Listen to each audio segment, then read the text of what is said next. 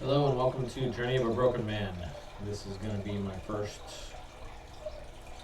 video. The last one was more of an introduction, but again, this is my journey of going through a divorce, going through brokenness, sadness, depression.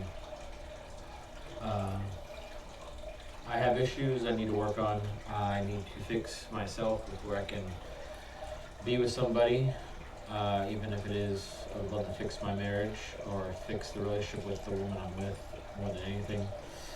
But if that doesn't happen, then I need to be able to be well enough to be with somebody else. I hate to think of that, but it's a reality I have to consider because I don't know if I can fix the broken marriage that I have, or even if the divorce does go through, if I can fix a relationship and maybe rekindle what we had. But in the introduction, I talked about how we got back together for a short time and I screwed things up again. I have anger issues. I get so mad and so frustrated when I don't get certain things my way. Selfishness is a big problem I have. Anger is a big problem I have. Controlling is a big problem I have. Those are things that I need to fix. But I need to realize that I'm not God and I don't really have the power alone to control all my tendencies I have. And that my life can be unmanageable at times and I need help. And I choose to put my help with God, with Jesus. I admit that I am powerless to change. I've tried it on my own. I've tried it for years on my own, and it just doesn't happen. And I have to try something new. And I've always been a believer in God and Jesus. I've been a Christian since I was a little child. But I've never given my full life over to Him, and that's what I need to do. I need to get the control out of my hands and into His hands. I don't know how to do that per se. I'm going through a group called Celebrate Recovery, and I'm hoping that does help me realize how to fix giving up that control that I desperately want to give up, but I can't. And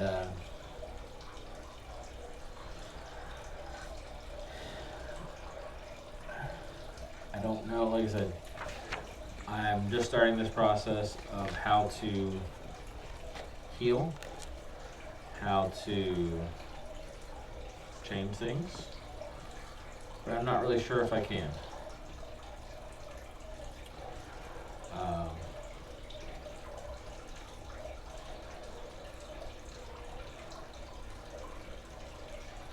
I've been in denial for years of my problems, and I'm sorry if I stop sometimes, but this is very hard for me to do. And I want to document this journey, not only for myself, but if it helps somebody else. And I spent a lot of energy trying to fix my marriage, begging for forgiveness, giving her gifts, showing her that I can be a better person. But then I mess up again. And I need to stop that cycle. And the cycle is bad for me, it's bad for her, it's bad for everybody. And I have a hard time sleeping at night. I have a hard time eating. I don't get hungry that often. And a big side effect of my denial of my problems is anxiety. I get so anxious and so inside myself where I just kind of break down. And the anxiety helps. It doesn't help. It makes me tired. It makes me not wanting to do anything. It makes me shut down. And we need to I need to get away from that. Uh, and God can free me of the burden. It says in the Bible to lay all our burdens on Him, and He will take care of them. It also says that He can't give us anything we can't get through. And I have faith that that's true, and I'm hoping that I get through this. When she first left, I dropped into a major, major depression. I'm still depressed, but I got suicidal. I had suicidal thoughts, and I love her so much that if I would have killed myself, I would never be able to fix it, no matter what. So,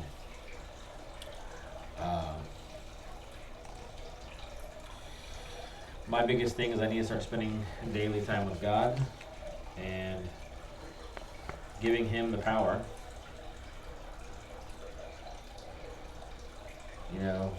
I have to give Him everything.